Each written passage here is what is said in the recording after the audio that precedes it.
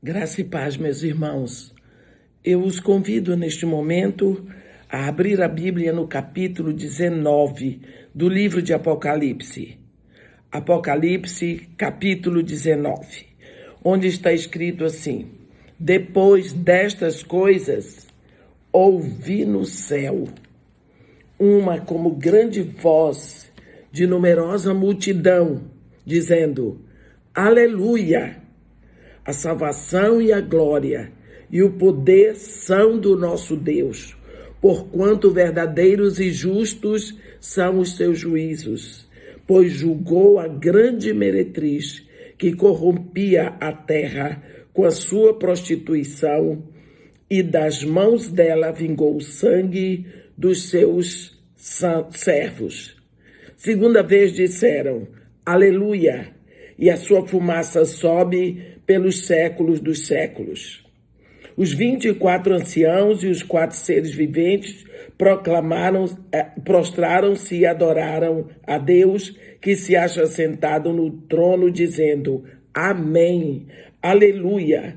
Saiu uma voz do trono exclamando: Dai louvores ao nosso Deus, todos os seus servos e os que temeis, os pequenos e os grandes. Então ouvi uma como voz de numerosa multidão, como de muitas águas e como de fortes trovões, dizendo: Aleluia!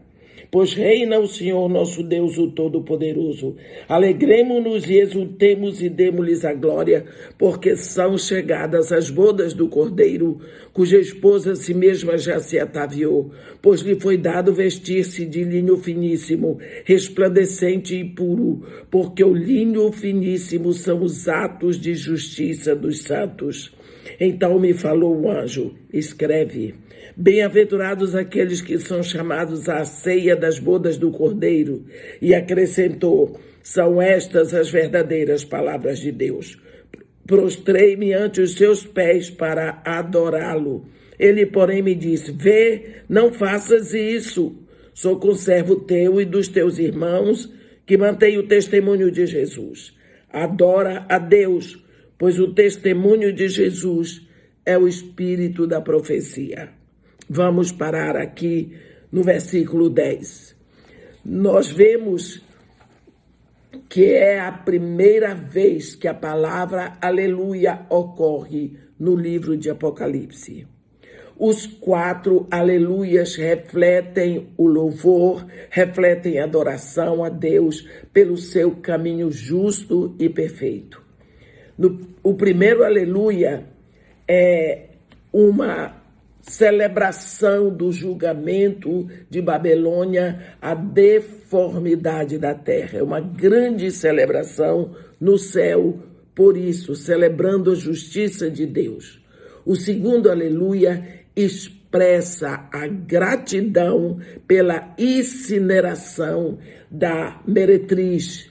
Sobe fumaça, é exumação de Babilônia. Sobe pelos ares, pelos séculos dos séculos, eternamente. O terceiro aleluia é prefaciado por um amém. Amém, aleluia. É a expressão dos 24 seres, dos 24 anciãos e dos 4 seres viventes que estão lá no capítulo 6, você vê também. É uma resposta da congregação ao chamado dirigido por uma voz que sai do trono. Você vê que ouvi os 24 anciãos e os 4 seres viventes prostraram-se e adoraram a Deus, que se acha sentado no trono, dizendo: Amém, aleluia. Então nós vemos que essa voz convida, sai do trono convidando a adoração. E nós vemos agora que quando isso acontece, vem o 4º aleluia. Essa multidão agora vai gritar. Essa multidão vai gritar de alegria, proclamando a chegada das bodas do Cordeiro, é a noiva vestida de linho fino. É o casamento da eternidade. A noiva é uma figura sacerdotal, pois ela está vestida de linho, que são atos de justiça. Se você prestar bem atenção aqui, se você prestar bem atenção aqui, diz, então ouvi como voz de numerosa multidão, como de muitas águas, muitas nações, muitos povos, muitas línguas, muitos idiomas, e como fortes trovões dizendo aleluia. É uma palavra que em todas as línguas ela é a mesma. Eles dizem aleluia e depois começa cada um a falar na sua língua.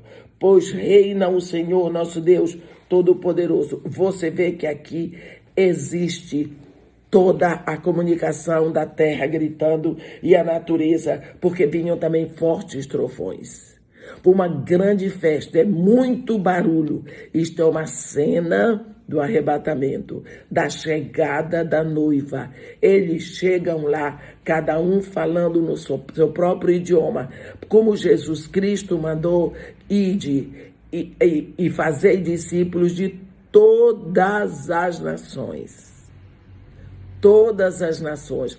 Agora chegam discípulos de todas as nações, cada um louvando, exclamando a sua alegria na sua própria língua. Então, por isso ele diz voz como de muitas águas. Muitas águas. Então, chega essa noiva. João diz que aqui é o casamento da eternidade. Você vai ver que João vai ficar tão emocionado. Então, você vê que aqui vai começar um tema chamado julgamento.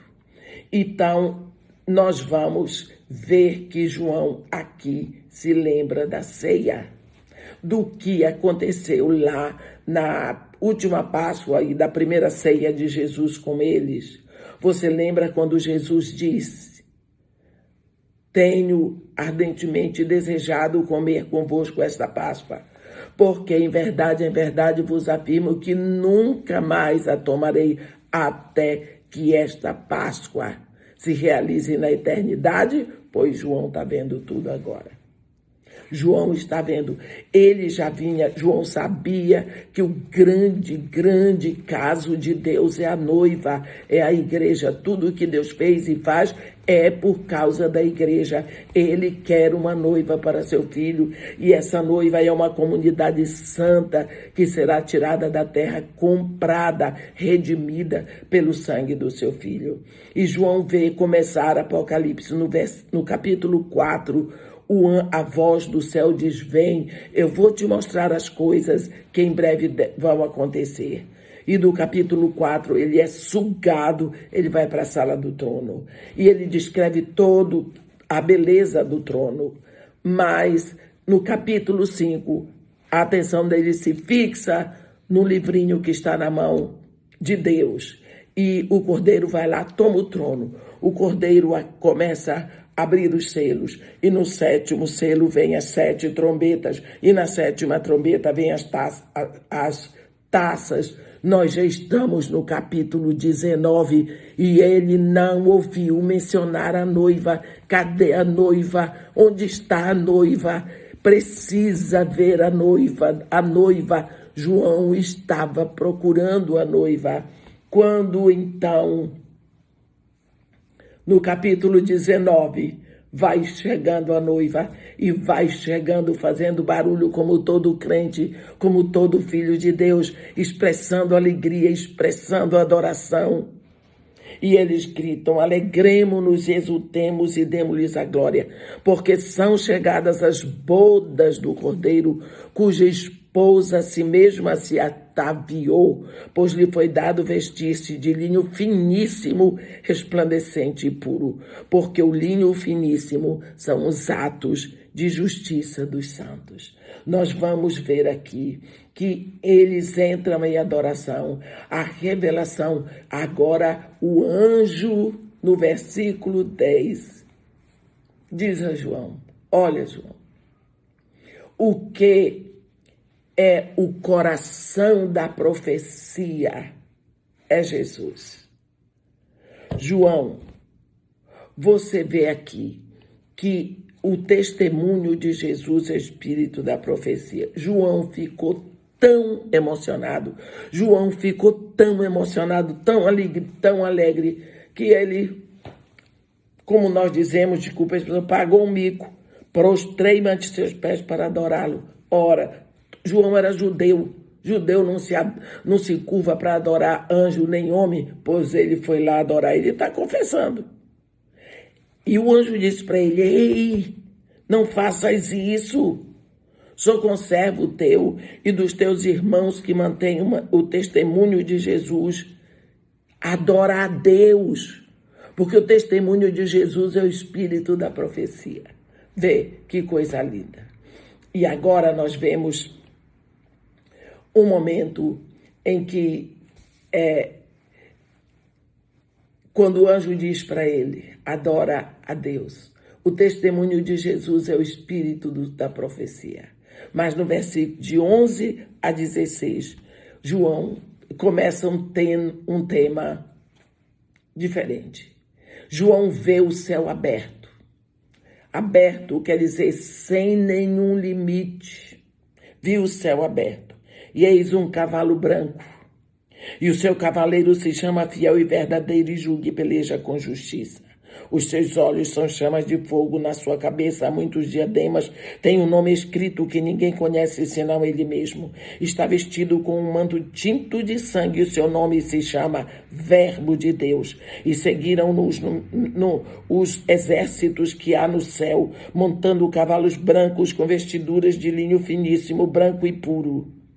Sai da sua boca uma espada afiada para com ela ferir as nações, e ele mesmo as regerá com cetro de ferro, e pessoalmente pisa o lagar do vinho do furor da ira de Deus Todo-Poderoso.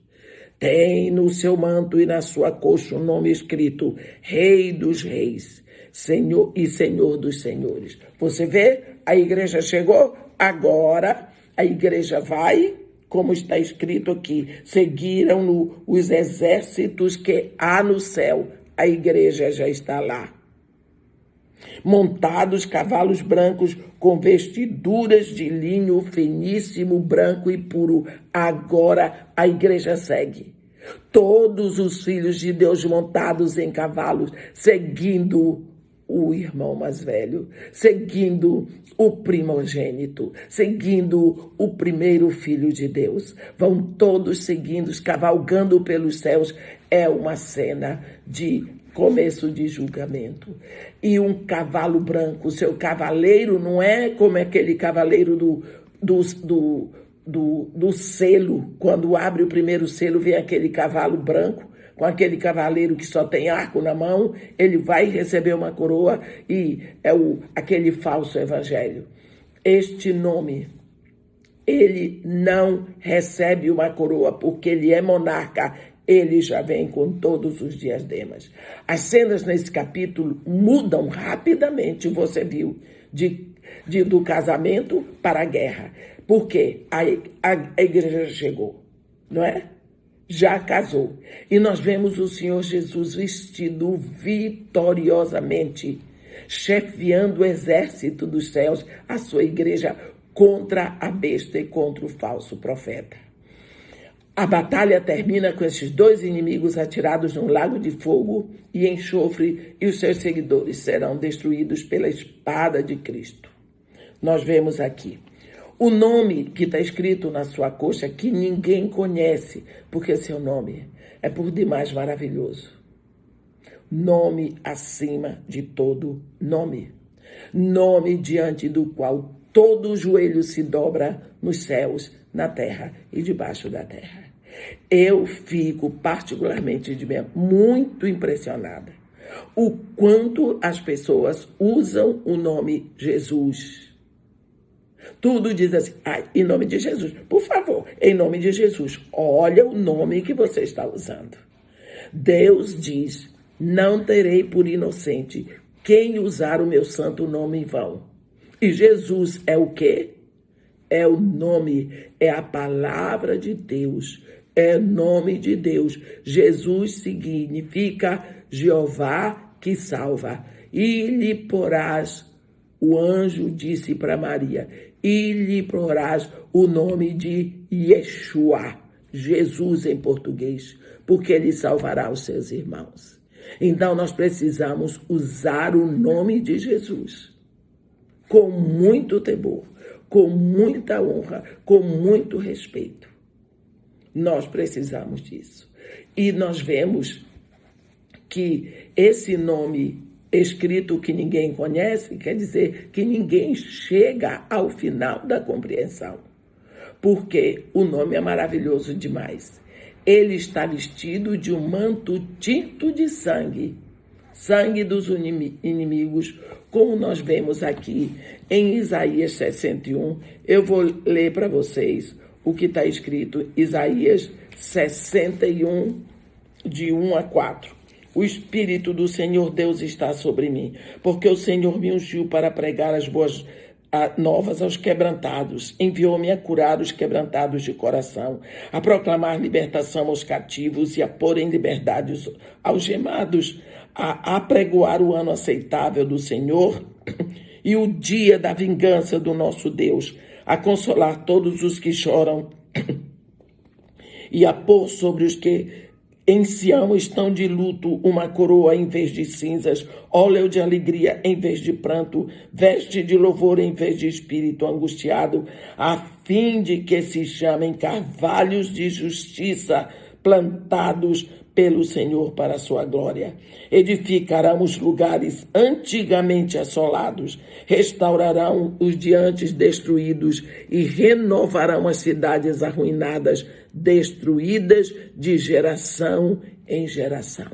É isso o que vai acontecer agora. O seu nome, aqui a Bíblia está dizendo, se chama Verbo de Deus. Palavra de Deus.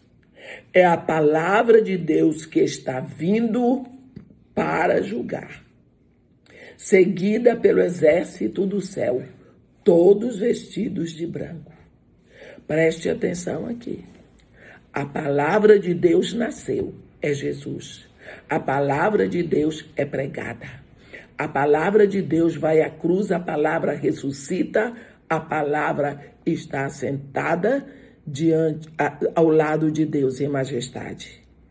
Deus começou tudo fazendo pela sua palavra. No princípio era o verbo, a palavra, e o verbo estava com Deus e o verbo era Deus. Esta palavra tão rejeitada na igreja, que não se prega mais, que ninguém quer aprender, que até dizem eu não tenho memória para guardar. Esta palavra vem agora. O verbo de Deus, a palavra de Deus, vem para julgar. Já veio a palavra antes, vocês viram no capítulo 11.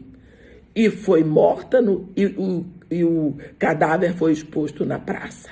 É profecia. Mas ressuscitou e a cidade foi dividida ao meio.